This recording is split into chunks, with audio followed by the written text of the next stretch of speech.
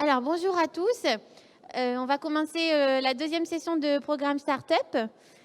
Donc, du coup, c'est un programme qui a été imaginé par Unitech et Laurent Pierre, justement pour répondre à toutes vos problématiques. Donc, il y a une session ce matin de destination qui ont présenté des solutions qui ont développées avec des startups. Et là, du coup, cet après-midi, c'est réservé donc, du coup, à un pitch inversé où donc, des destinations où Paul ou le Crédit Agricole vont pouvoir vous exprimer et aussi vous expliquer comment ils travaillent ou envisagent de travailler avec des startups. Donc juste, je vais me présenter. Je suis Marion Denot, je suis chargée de mission industrie des loisirs à l'Agence de développement et d'innovation de la Nouvelle-Aquitaine. Donc je m'occupe des filières tourisme, culture et Mon sport. métier au Et quotidien, mon métier au quotidien, c'est de créer des écosystèmes innovants dans chacune de ces filières. Et plus récemment, donc hier, on a eu une rencontre Tourisme Lab. Donc je suis aussi chargée de structurer et d'animer avec 9 autres membres de la gouvernance, dont la MONA, dont les Technopoles, la Fédération hôtellerie plein air, la Fédération hôtellerie-restauration et bien d'autres, le Tourisme Lab Nouvelle-Aquitaine. Donc on en est au balbutiement, j'ai envie de vous dire. Donc la feuille de route, on est en train de l'écrire. Et puis dans pas très longtemps, on reviendra vers vous aussi pour vous expliquer toute l'offre de services qu'on est en train de mettre en place à votre attention. Donc, on va commencer du coup avec Olivier Océli, qui est le directeur de l'Office de tourisme de Bordeaux Métropole. Donc, je vais lui donner la parole et puis il va vous expliquer comment il compte travailler avec vous.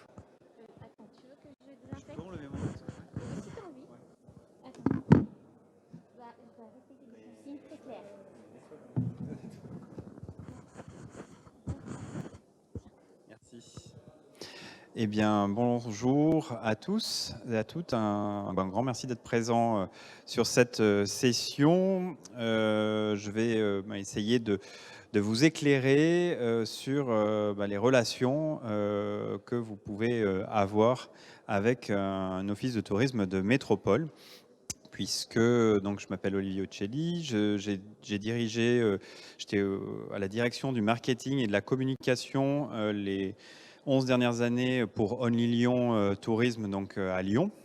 Et il y a 1 an et demi, j'ai eu la chance de pouvoir accéder à l'Office de tourisme de Bordeaux en tant que directeur général. Voilà. Donc j'ai eu un peu un background marketing, communication qui a fait que j'ai durant mes 11 années, notamment à Lyon, j'ai vraiment eu des relations très proches et très régulières avec de nombreuses startups dans le tourisme, bien sûr, puisque c'est ça ma spécialité. J'ai fait des études de tourisme. C'est un secteur qui me motive et qui m'enthousiasme tous les jours.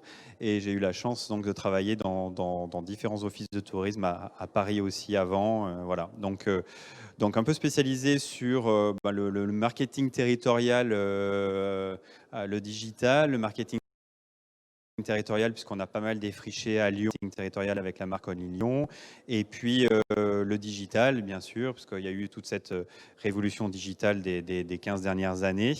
Et puis maintenant, on est dans une phase stratégique. J'avais un atelier ce matin sur ça, sur bien entendu le développement durable, l'éco-responsabilité dans le tourisme, où on est, comme tous les autres secteurs, véritablement au milieu et au début d'un vrai changement philosophique, stratégique de notre secteur touristique. Voilà. Donc, lorsque je recevais, parce que je dirais je recevais, parce que ça fait 1 an et demi que j'en ai pas trop reçu. En fait, si, j'en ai reçu quelques-unes quand même de Bordeaux, 1 ou 2 sur la dernière année. Mais dans mon poste précédent, je recevais une start-up quasiment tous les 15 jours. C'était assez dense et c'était bien important pour moi de les rencontrer. et de leur partager eh bien, des choses sur le tourisme. Parce que voilà, je ne connais pas vos profils là, mais souvent, les personnes que j'ai pu recevoir n'avaient pas forcément, et ce n'est pas ce qu'on vous demande non plus, d'avoir une vraie connaissance du secteur touristique. Et ça, c'est une première chose qu'il faut faire attention à cela, parce qu'on a tendance de penser que le secteur touristique est assez facile à aborder, puisqu'on est tous des touristes, on a tous voyagé, on a tous organisé son séjour, on a tous été en mobilité à un moment donné dans une destination étrangère et tout cela. Et on a tendance parfois à extrapoler des choses. Et comme on dit souvent en marketing, le pire, c'est quand même de prendre son exemple à soi, puisque on est rarement dans la masse des voyageurs et de ce qui peut se faire. Il ne faut surtout pas penser pour soi. Il faut bien s'appuyer sur des études et sur des méthodes de consommation et bien appréhender le secteur du tourisme, qui est quand même un secteur au final assez complexe, très intermédiaire, des agences. Alors bon, de moins en moins avec les sites, les OTA et des choses comme ça, mais il y a quand même des choses importantes à connaître dans un premier temps. Notamment, la chose dont je parle souvent, moi, ma spécialité, je travaille dans le tourisme, certes, mais je suis vraiment spécialisé dans le tourisme urbain, qui est très différent du tourisme balnéaire, de la montagne et tout cela. Ça, il faut déjà bien appréhender ce type de choses. Le tourisme urbain, là, depuis ce matin, beaucoup de gens disent oui, on a sauvé l'été, l'été a été bon et tout ça.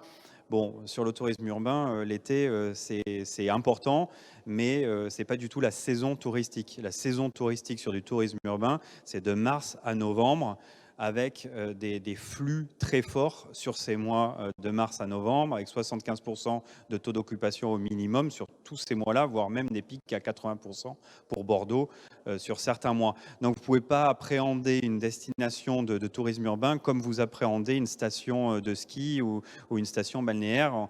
On est vraiment très, très, très différent de cela. Et ça, c'est très important dans votre projet de bien identifier quelle typologie. On a aussi ce segment du tourisme d'affaires qui est très méconnu. Alors là, pour le coup, parce que c'est très technique de faire venir des congrès, des séminaires.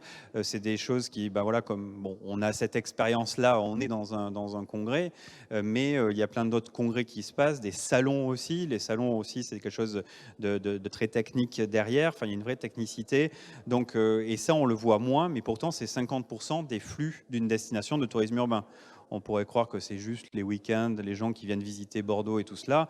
Or, on a la chance à Bordeaux d'avoir un vrai équilibre sur ces deux segments, donc tourisme d'affaires et tourisme d'agrément, à 50-50 sur les nuitées, par exemple, dans les hôtels. Donc voilà, donc il y a plein de petits... Et dans le tourisme d'affaires, si on pousse le bouchon un peu plus loin, il y a encore des sous-parties. Voilà, il y a les salons, c'est très différent des congrès, c'est très différent du corporate, qui sont les personnes qui se déplacent toutes seules pour affaires, très différent des séminaires d'entreprise, très différent des lancements de produits. Enfin voilà, il y a toutes des catégories dans le tourisme d'affaires aussi où on utilise des services et des choses assez différentes. Voilà. Donc c'est pour vous montrer que voilà, le tourisme, c'est important d'avoir une technicité là-dessus, et c'est important du coup de venir nous voir avant de trop avancer dans votre projet. De vraiment rencontrer. J'ai eu, alors peut-être que maintenant ça se fait un peu moins, mais j'ai eu beaucoup d'écueils dans le passé où des personnes avaient travaillé d'arrache-pied pendant 1 an ou 2 et me montrer des choses. Et là, je savais à peu près que ça allait pas, que ça allait être compliqué de fonctionner avec ce type de service, que c'était pas forcément bien calibré pour certaines choses. Alors bien sûr, j'ai appris ce terme de pivoter ce matin, donc j'arrête pas de le remettre à toutes les sauces. Donc on pivote, mais bon, c'est quand même peut-être 1 an ou 2 de perdu. Donc, si j'ai un conseil clairement à vous donner, c'est rencontrer ces professionnels, demander un rendez-vous. Normalement, dans un office de tourisme, on ne peut pas vous refuser un rendez-vous, que ce soit avec un directeur, avec un responsable marketing, communication. Enfin, c'est notre rôle, on est du service public, on est subventionné, on doit partager avec vous. Puis on adore quand il y a des initiatives locales, c'est un peu voilà, quelque chose qui est encourageant d'avoir que des pépites parfois dans les destinations, dans les villes où on habite et qui ont des idées comme cela. Voilà. Donc surtout, parler à un maximum de personnes de la profession, pas seulement les offices de tourisme bien entendu, essayer de faire attention, de ne pas trop tester les choses avec vos amis, votre famille et tout cela. Ça aussi, c'est un écueil assez facile, qui est arrivé assez souvent. Ils sont pas objectifs. C'est votre projet, c'est votre bébé.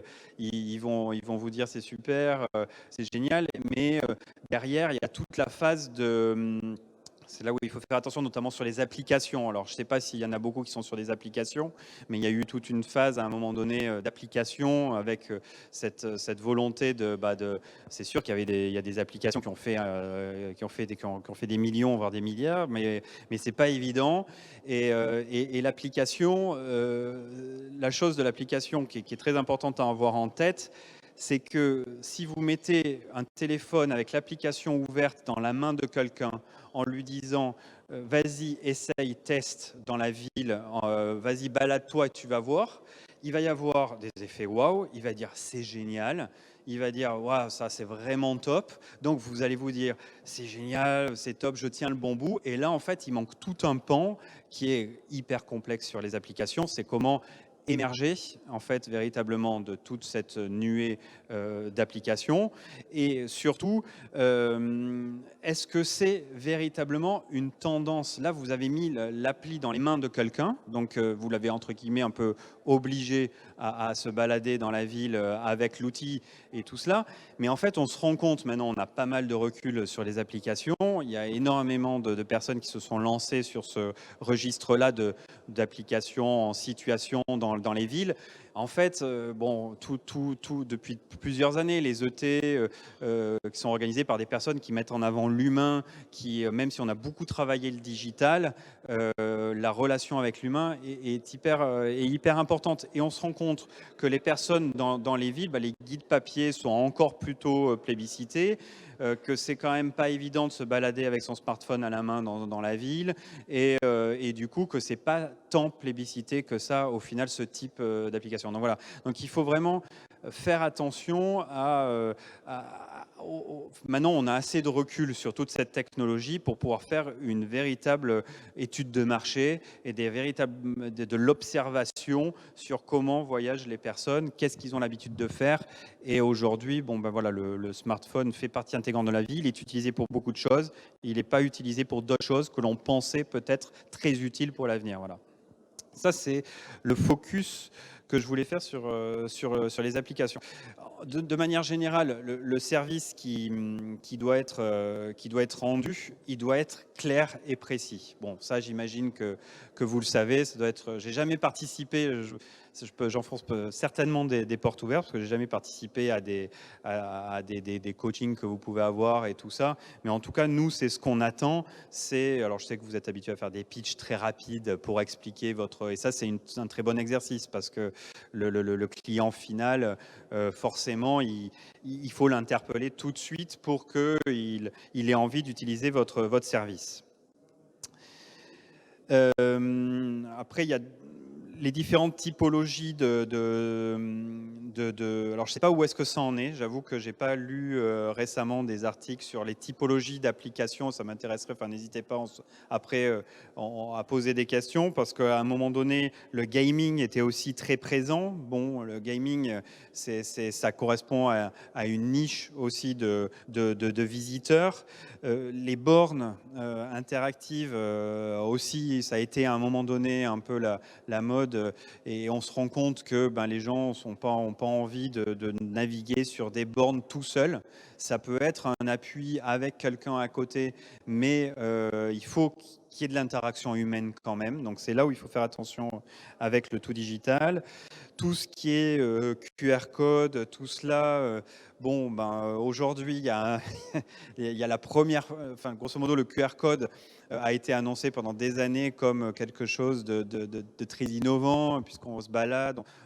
bon, on se rendait compte que personne ne flashait les QR codes, que le QR code était utilisé principalement pour la billettique, et ça c'est une vraie avancée technologique. C'est ce qui nous permet de dématérialiser toute la billettique, et ça c'est super. Par contre, voilà, dans la vie de tous les jours, il y a une sorte de résurrection du QR code là récemment avec la Covid pour les menus dans les restaurants. Voilà, mais c'est grosso modo, c'est assez rare d'avoir ce réflexe de flasher pour le moment. Pareil pour les bots. Il y a eu pas mal aussi de dossiers que j'ai pu suivre pour les bots. Alors c'est vraiment impressionnant ce qui se passe actuellement parce que pour en tester quelques-uns dans ma voiture, tout bêtement, bon maintenant il y a quasiment plus de fautes. Enfin, c'est vraiment impressionnant l'évolution de cela.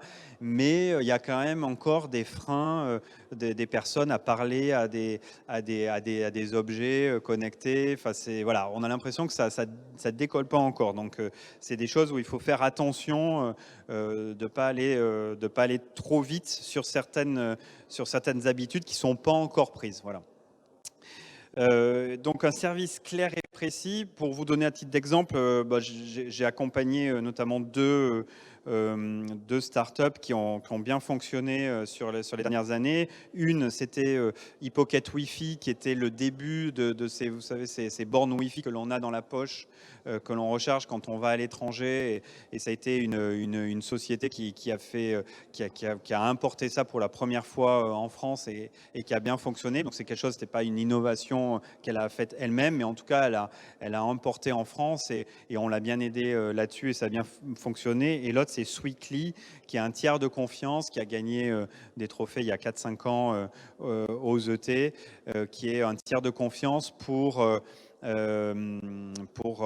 réserver son hébergement chez des tiers et avoir une espèce de caution qui est quelque part au cas où il y a des problèmes d'annulation ou de choses comme ça. Donc c'était bien adapté aux petits prestataires, donc c'était assez intéressant.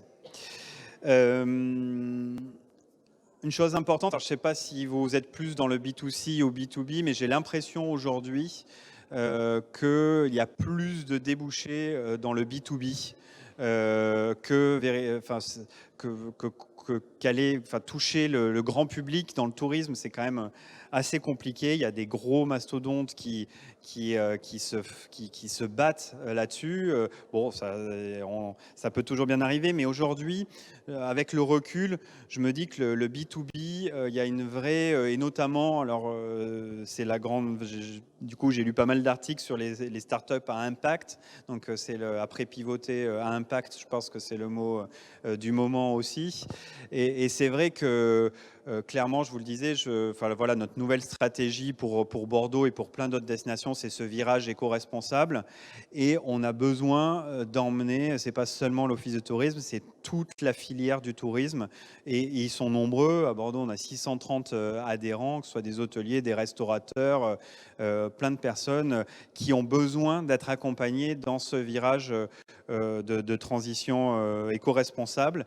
Et là-dessus, bon, j'ai l'exemple de Betterfly qui fonctionne là-dessus avec les hôteliers pour qu'ils puissent voir où est-ce qu'ils se situent dans leur démarche éco-responsable et essayer de s'améliorer. Donc, je pense qu'il y a vraiment le sujet, je pense, du moment, en tout cas pour l'innovation, ce serait dans l'accompagnement de ces prestataires, ce B2B, en fait, pour nous aider tous, en tout cas sur le secteur du tourisme, à devenir, à faire cette transition éco-responsable. Voilà. Est-ce que ça a duré combien? J'ai fait combien? Ça a duré combien? C'est bon? Ouais? On fait des questions tout de suite? Ok, alors, est-ce que vous avez des questions? Oui?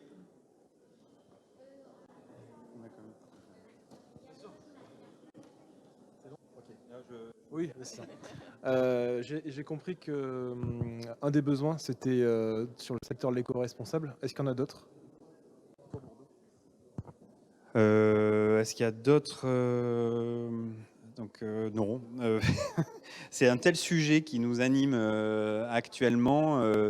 Est-ce qu'il y en a d'autres? Si, oui, il y en a d'autres. Mais il y a le lien entre les habitants et les visiteurs qui reste quelque chose d'important, où on sait qu'on a des progrès à faire là-dessus. Donc ça, c'est un sujet qui nous anime et où on n'a pas de grandes réponses. Enfin, on fait des actions, tout cela, mais ça, voilà, le lien entre habitants et visiteurs, l'acceptation du tourisme par les habitants, qui est quelque chose de très important aujourd'hui. Donc, il y a peut-être des choses à inventer dans cette relation-là. Sinon, il y a la gestion des flux, parce qu'on sait voilà, qu'il y a certains endroits de la ville où ça peut être très dense à certains moments de l'année, et donc on a un sujet pour faire sortir les gens de ces endroits-là et pas qu'ils restent trop longtemps dans ces endroits-là. Il y a ce sujet-là, et il y a le sujet du tourisme de proximité qui est clé aujourd'hui. Voilà, encore plus avec la Covid, ce que je disais ce matin, où voilà, on va peut-être passer moins de temps à voyager, prendre l'avion et le train. Donc il y a de vrais enjeux pour redécouvrir son territoire et vivre des expériences assez extraordinaires proches de chez soi. Voilà, ça peut être un peu ça les sujets qui nous animent.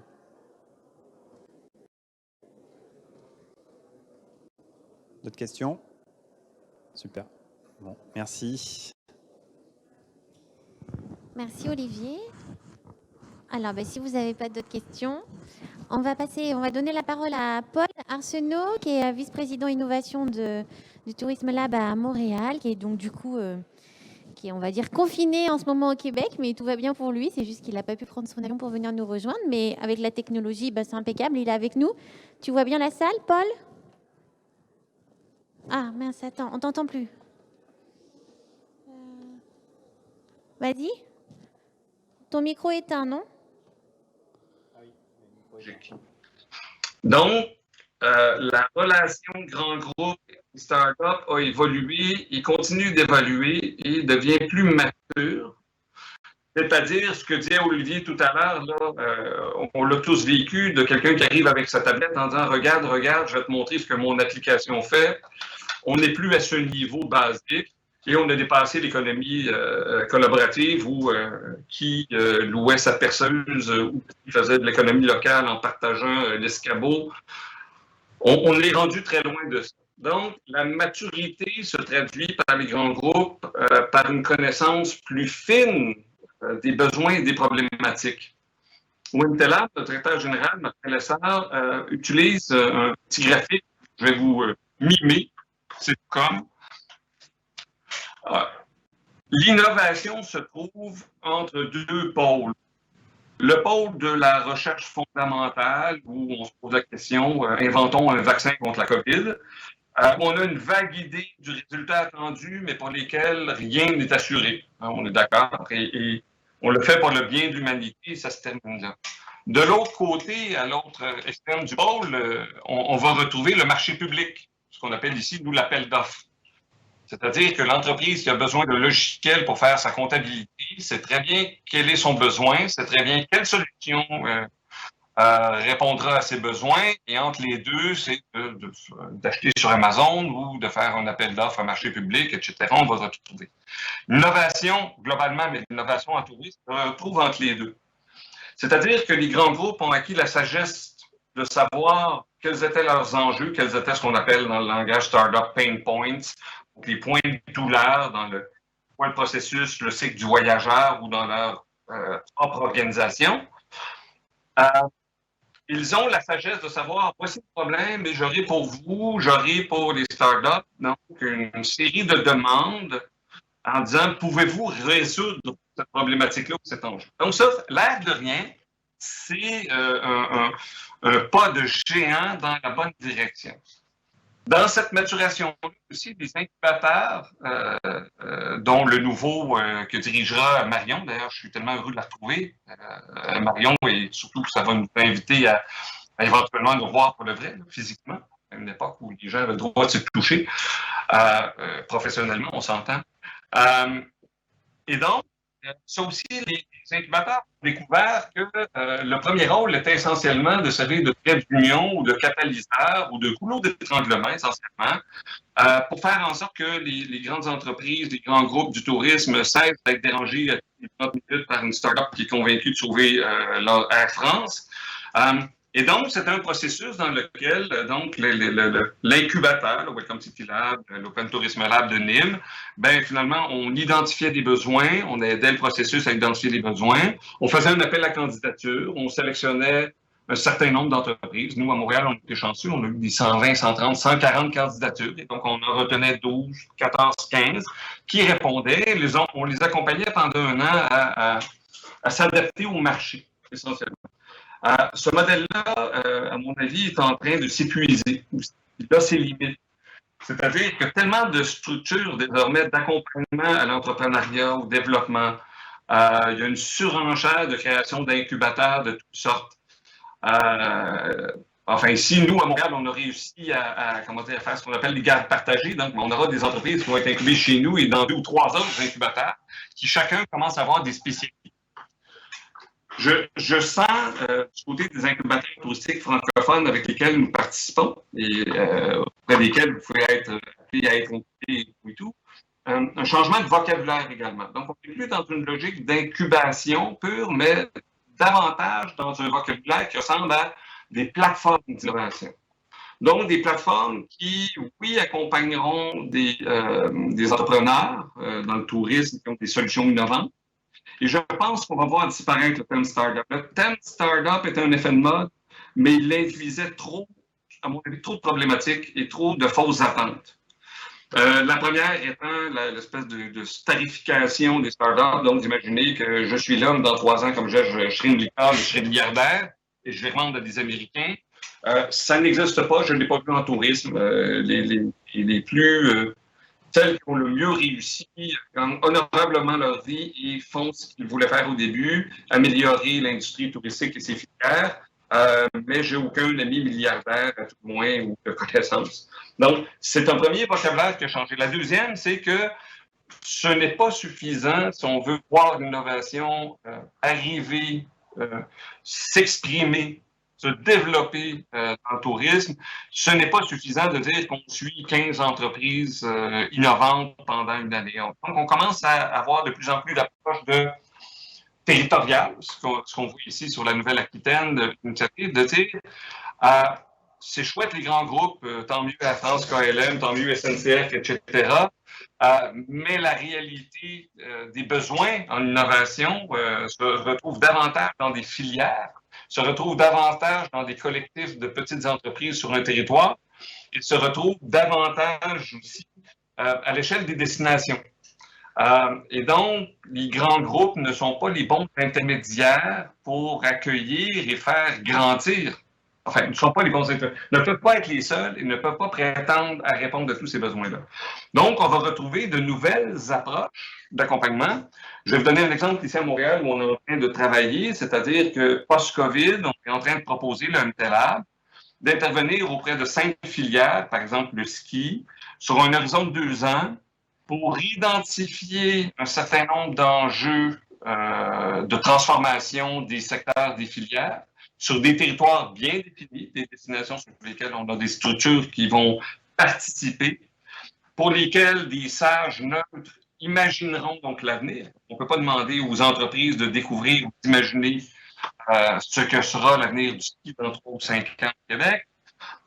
Et donc, d'identifier des solutions innovantes. Et pas juste des startups. Il est possible que des solutions innovantes existent en dehors du modèle de la startup, c'est-à-dire une petite PME portée par un petit nombre d'individus qui se donnent corps et âme. Ça ne l'exclut pas, mais ce n'est pas la seule façon de le voir. Donc, on est en train de déstartupiser l'innovation pour éviter, d'une part, les grands groupes, imaginer que donc une solution, tombée du ciel qui résoudra tous les problèmes, éviter des fausses attentes de la part des jeunes entrepreneurs, parce que finalement, une entreprise innovante qu'on appelle startup, c'est un modèle d'affaires d'une PME, d'une petite entreprise, et c'est pas si nouveau que ça. Ce n'est pas la structure qui en elle-même est nouvelle, mais c'est davantage le développement de solutions et de la recherche d'adéquation, donc de cette solution-là, à des besoins. Olivier le disait gentiment, je pense qu'il le pense, mais qu'il le déteste. C'est pas en recevant toutes les semaines une start-up dans son bureau qui va aider tant que ça la start-up et qui va aider, lui, Bordeaux, dont il a la responsabilité comme office de tourisme. Je pense, et c'est là donc la nouveauté ou les nouveaux rôles, la gestion de furet, c'est un métier à temps plein. Le nouveau rôle des incubateurs sera donc de devenir ces mêmes plateformes d'innovation où il y aura plusieurs programmes, on peut toujours appeler ça programme, mais domaines d'intervention dans lesquels on n'aura donc pas juste les 15 heureux qui ont gagné l'appel à candidature pour être incubés, mais on interpellera de plus en plus d'entreprises innovantes à développer et améliorer des solutions.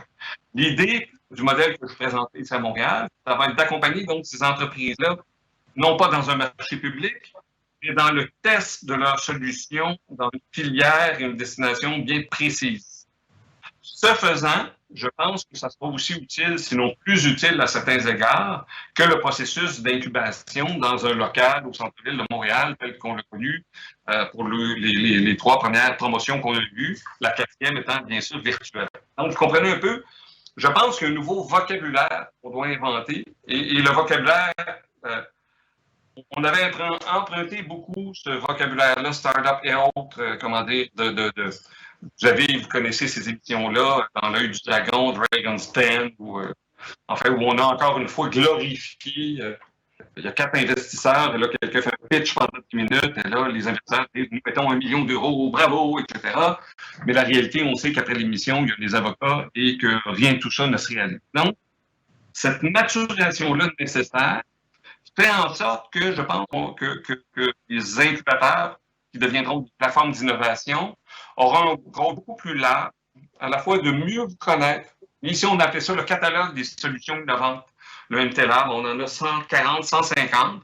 C'est-à-dire d'avoir un inventaire des gens qui ont des solutions, qui ont travaillé dans le tourisme, mais pas seulement dans le tourisme. Donc, des applications qui n'étaient pas touristiques, qui deviennent touristiques par un petit niveau. Et vice-versa, des entreprises, des solutions qui étaient innovantes dans le tourisme qui peuvent se déployer dans d'autres filières, et c'est tant mieux. Donc, cette idée-là d'une rencontre, d'un catalogue, d'une connaissance, et de faire en sorte que les rencontres ne soient pas juste, encore une fois, un goulot d'étranglement. Les 15 élus rencontrent dans le local physique de l'incubateur MTLab les 12 rencontres, les 12 grandes entreprises du tourisme. Ce modèle-là, il était chouette, mais au final, quand on prend du recul, il n'est pas suffisant. Il répond à certains besoins et pas à tous. Et il y a des besoins, il y a des connaissances que Laurent Pierre, Marion, Olivier Océlie ont, que ce n'est pas la France KLM ou SNCF qui va aider à comprendre. Donc, ces plateformes d'innovation-là et le modèle, je pense, qui se développe, si Emmanuel Bobin ou ses amis sont dans la salle, je les salue, parce que je pense qu'Emmanuel à Nîmes a été un des premiers à susciter cette réflexion-là et à partager généreusement avec les autres. Donc, c'est un peu le message que je vais vous très simple de dire ne voyez pas les grands groupes comme une finalité, ne voyez pas l'incubateur comme le seul et unique passage vers l'innovation. Ne jouez pas le jeu de la start-up avec les noms de Chief Happiness Officer, machin truc en anglais d'ailleurs, ce qui est complètement inutile. Le marché francophone est assez important et assez propre et la France est assez porteuse que vous pouvez vous impliquer, vous développer sur le marché français et vivre de longues années avant d'imaginer que c'est aux États-Unis que ça se passe ça. Les Américains sont chauvins, les Américains sont pas faciles d'approche. Les Américains ont une approche très, l'innovation pour eux, c'est la loterie finalement, c'est une course. Hein? On met du fric sur 10 chevaux, puis on espère que le produit va nous rapporter 30 fois la mise. Et si les 3 derniers meurent en cours de route, font une crise cardiaque, on s'en fout complètement. Tant pis pour eux. Nous, ce qu'on veut, c'est rentrer dans notre investissement. Ça, c'est l'approche très américaine. Et je ne vous invite pas à vous plier à ces dictats-là, parce qu'au final, de ma petite expérience, ça n'a pas été très fructueux. Les startups, nous, ici, de Montréal, qui ont tenté leur chance aux États-Unis, sont venus à peu près tous bredouilles. Non seulement bredouilles, ils ont perdu beaucoup de fric et beaucoup de temps. Bref, c'était le message. Imaginons un nouveau vocabulaire. Imaginons des nouvelles relations dans l'incubateur, qu'il n'est plus un goulot d'étranglement, mais qu'il devient une plateforme d'innovation qui aide à chacun à trouver sa place. Oui, à faire des pivots, à améliorer sa solution, à la rapprocher du marché. Tout ça, avec Marion qui le fera pour vous, ça va être fabuleux. Alors, c'était mes propos. Santé, café pour moi. Merci beaucoup, Paul. Oui, c'est vrai, nous, ça nous touche beaucoup tout ce que tu dis parce que c'est exactement ce qu'on va faire dans le cadre du Tourisme Lab Nouvelle-Aquitaine. J'arrête pas de le répéter, ni un accélérateur, ni un incubateur de start-up. C'est pas le projet aujourd'hui, c'est bien une plateforme d'innovation. L'objectif aussi, c'est de partir des problématiques métiers. C'est pour ça qu'on a toutes les fédérations de la région Nouvelle-Aquitaine au sein de la gouvernance. Je vous l'ai dit, l'hôtellerie-restauration, l'hôtellerie de plein air, les technopoles. Parce que l'idée, voilà, c'est de vraiment générer de l'innovation, mais qui répondent à des problématiques métiers. Et quand on travaille avec ces fédérations-là, ça vous permet aussi d'accéder à des marchés beaucoup plus importants. Et effectivement, les grands groupes ne font pas tout le bonheur.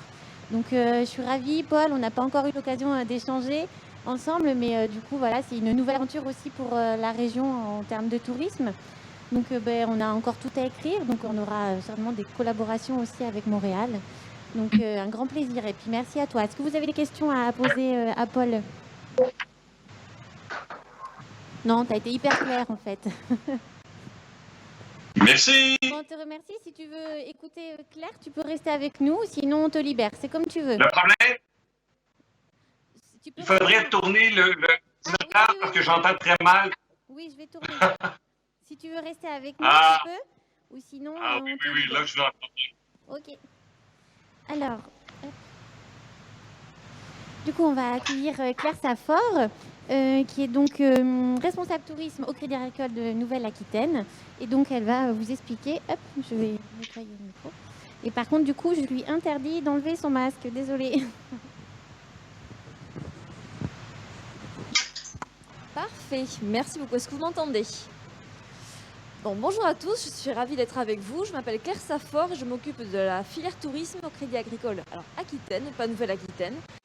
Le Crédit Agricole s'est spécialisé dans l'accompagnement des professionnels du tourisme. C'est le cas donc sur l'Aquitaine, c'est aussi le cas en Pyrénées-Gascogne. Notre objectif, c'est être précis, être expert dans l'accompagnement de toutes les problématiques que peuvent rencontrer les pros, les acteurs du tourisme. Voilà, donc je vais essayer de vous expliquer comment est-ce qu'une banque s'intéresse au sujet de l'innovation et s'intéresse et accompagne les startups, notamment dans le tourisme. Alors, quand on parle de start-up, quelle est la différence entre un professionnel qu'on va dire classique, un boulanger, un artisan, un commerçant, et une start-up? Alors, pour le regard du banquier, la grosse différence, alors on va penser innovation, bien sûr, mais l'innovation en soi ne fait pas peur. On a tous besoin de l'innovation. Banquier, nous-mêmes, par rapport à notre activité, on réinvente notre métier, on essaie d'innover tous les jours. Pourquoi est-ce que l'innovation peut faire peur et les startups peuvent faire peur à des banquiers et notamment à des financeurs? C'est parce que quand on parle start-up, on pense croissance rapide, on parle de la scalabilité, donc un chiffre d'affaires qui explose. Par contre, on pense rarement à une rentabilité à court terme. Or, le banquier, quel qu'il soit, ce qu'il va rechercher lorsqu'il accompagne une entreprise, c'est pouvoir, notamment sur le volet financement, c'est pouvoir imaginer que le financement que la banque met en place, il va être à plus ou moins court terme, voilà, plus ou moins long terme, ça dépend comment on voit les choses. Donc l'idée, lorsque vous présentez un dossier, que vous allez présenter votre projet à une banque, quelle qu'elle soit, que vous êtes une entreprise innovante, que vous êtes une start-up, il y a quelques règles à connaître pour se sentir armé, pour se sentir gaillard, comme on dit ici, pour aller voir sereinement les banques et présenter le projet. La première des choses, c'est savoir se présenter. Vous avez une histoire, vous avez un projet, mais avant tout, c'est vous le porteur de projet qui est là, en face du banquier, et qui va devoir le convaincre du projet. En quoi votre idée est innovante? Alors, on entendait parler de projets touristiques qui révolutionneront ou pas la pratique du tourisme sur un territoire donné, mais en tous les cas, c'est la manière dont vous allez présenter le projet qui va convaincre la personne qui est en face et qui va faire que vous allez obtenir un financement ou pas. Donc vous devez commencer par vous présenter vous, qui vous êtes, comment d'un parcours professionnel donné ou d'un parcours étudiant, parce qu'on a aussi des projets qui sont portés par les étudiants, qu'est-ce qui vous amène aujourd'hui à nous présenter le projet? Et ensuite, de vous, la personne qui est en face du banquier, est-ce que vous avez des associés?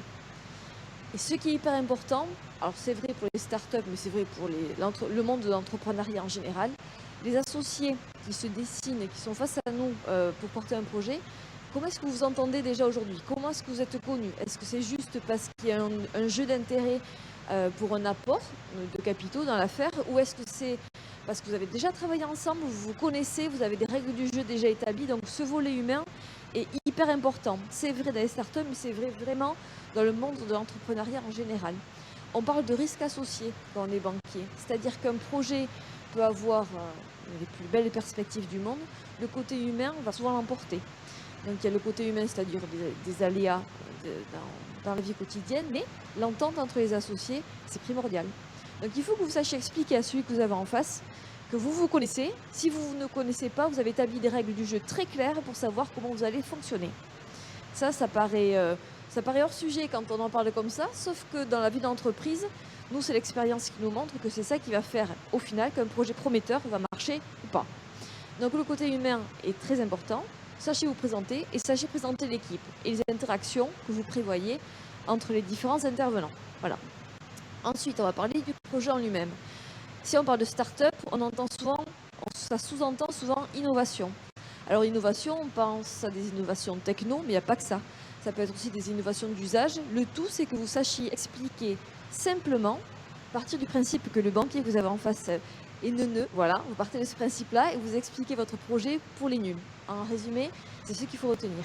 Vous avez souvent des très beaux business plans, des très belles présentations. C'est super. Mais moi, ce que je fais lorsque je reçois quelqu'un, je m'entretiens avec quelqu'un par rapport à son projet, je mets de côté tous les documents qu'il a pu me donner avant et je suis face à face avec quelqu'un qui doit m'expliquer son projet et doit me l'expliquer très simplement. C'est ça qu'il va faire. Là aussi, c'est le même conseil que ce que je donnais en préambule. Il faut savoir se présenter soi et donc il faut savoir présenter son idée de manière très simple à la personne qu'on a en face. Pourquoi est-ce que je dis ça? Parce que ça va dénoter la capacité quelque part commerciale que vous allez avoir à promouvoir le projet et à le faire connaître, certes au départ de financeurs éventuels, mais ensuite sur le marché, comment vous allez l'aider à décoller, tout simplement. Donc présenter son projet, l'innovation, s'il y en a une, techno ou d'usage, il n'y a pas de bonne ou de mauvaise réponse. Le tout, c'est que vous nous montriez comment votre projet va trouver sa place sur un marché donné. Une fois qu'on a dit ça, on a présenté l'équipe, on a présenté le projet en lui-même, parlons de chiffres. Alors lorsque vous êtes une start-up, vous pouvez rencontrer une banque pour aller chercher du financement classique. On sait financer des projets innovants, même si la rentabilité n'est pas appelée à court terme. Qu'est-ce qui fait que dans quelques années, on aura une rentabilité potentielle pour pouvoir rembourser un prêt? Ça, c'est le b.a.-ba du banquier. Les perspectives de rentabilité, à quel horizon est-ce qu'on pense pouvoir avoir de la rentabilité pour honorer un prêt? On peut aussi aller rencontrer une banque pour avancer les subventions qui vont tomber, qui arriveront. Et aussi, on peut aller rencontrer une banque en tant qu'investisseur en haut du bilan. En fonction de la demande que vous allez avoir auprès du banquier que vous avez en face, il faut avoir une présentation du projet qui va être différente. Je l'évoquais pour tout ce qui est financement. Donc un prêt, dès lors qu'on met en place un prêt, il y a une notion de rentabilité à démontrer. Donc là, il faut mettre des étoiles dans les yeux à celui que vous avez en face pour lui dire, par rapport à l'activité que je projette, des charges que j'ai réussi à cerner, je sais que sous 3 ans, j'aurai une rentabilité qui me permettra d'honorer le remboursement du crédit. Par contre, si vous êtes en face d'un banquier, d'un investisseur qui est là pour vous apporter des capitaux en haut de bilan, là, je vous encourage à être ambitieux, à ne pas hésiter à être peut-être trop ambitieux et montrer que vous avez vraiment une volonté de propulser l'entreprise pour laquelle on est en train d'échanger. Donc dès lors qu'on parle de financement classique, on est plutôt terre à terre, pragmatique, et on construit, on projette le prévisionnel sur des choses très factuelles. Par contre, dès lors qu'on parle d'un volet investisseur, là il faut faire rêver les gens pour pouvoir lever des capitaux. Donc vous aurez une approche différente en fonction de ce que vous êtes amené à demander à la personne qui est en face de vous. Voilà pour la présentation, donc tout ce qui est projet, tout ce qui est business plan. Il faut vraiment avoir en tête que le banquier, c'est quelqu'un de très pragmatique. Il va donc vouloir que vous arriviez, il veut être convaincu. On n'a pas de bon ou de mauvais a priori avant de découvrir le projet. Par contre, il faut savoir mener l'entretien. savoir rassurer. Il faut avoir en tête aussi qu'un banquier, s'il met en place un crédit, c'est dans l'espoir, on a des règles à respecter, donc l'idée c'est que ce crédit soit remboursé. Il y a quelque chose qui est très courant, qui est fréquent dans les startups. Lorsqu'on parle de crédit, on va vous parler de garantie. Et l'incontournable pour les porteurs de projets dans les startups, c'est dire à une banque, je ne veux pas prendre de caution solidaire. Alors, est-ce que tout le monde sait ce que c'est une caution solidaire? La caution solidaire, c'est lorsque vous faites un crédit.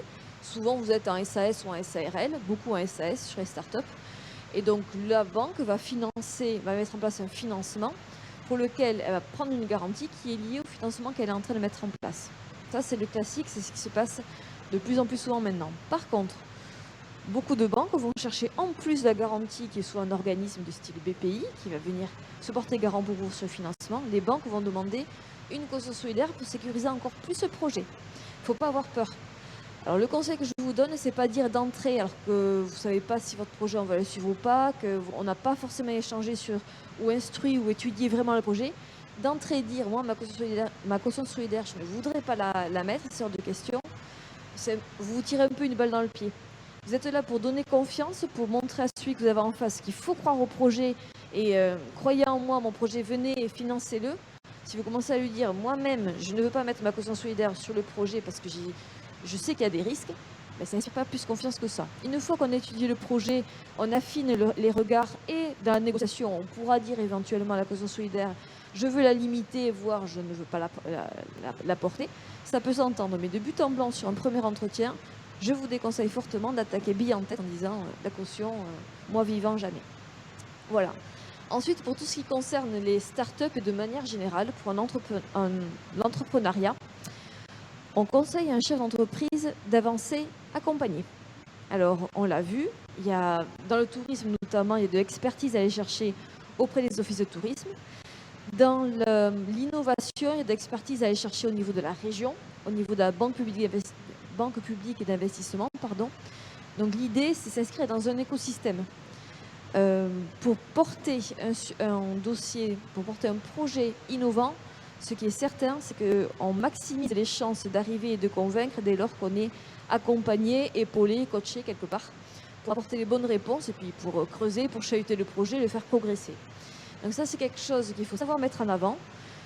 Je ne dis pas que pour le premier entretien, si vous n'avez pas eu de contact encore avec des acteurs de l'innovation, ce sera rédhibitoire, c'est pas ça. Par contre, il faut se mettre en ordre de marche pour aller chercher le conseil qui va venir compléter l'ébauche du projet et in fine donner confiance aux financeurs que vous allez démarcher, quelque banque que ce soit. Voilà pour ce que je pouvais dire. Je suis allée peut-être un peu vite sur ce que je vais vous dire sur l'accompagnement des startups par les banques et le Crédit Agricole en particulier. Est-ce que vous avez des questions?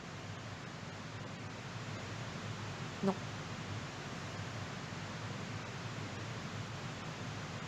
C'est bon pour tous? Merci Claire. Du coup, on va conclure parce qu'il est 18h, l'atelier est fini. Alors, on vous donne rendez-vous demain matin à 9h donc pour une autre session programme Startup. Donc là, ça sera plutôt des talks. Donc, il y aura Emmanuel Bobin de Open Tourism Lab de Nîmes qui va vous expliquer, qui interviendra sur un sujet, comprendre le milieu du tourisme et identifier ses acteurs. Il y aura, je pense, du coup, Laurent-Pierre Julliard d'Unitech qui vous parlera de la recette d'une start-up en croissance en 6 ingrédients. Et puis, on terminera par Pierre Éloi de Agitateur de Destination. Il a fait un 15 minutes chrono tout à l'heure sur les grandes tendances du e-tourisme. Et il y aura encore une autre session à 14h avec d'autres intervenants. Je vous souhaite une bonne fin de journée et puis à tout à l'heure pour le dîner et pour la soirée. Merci à vous.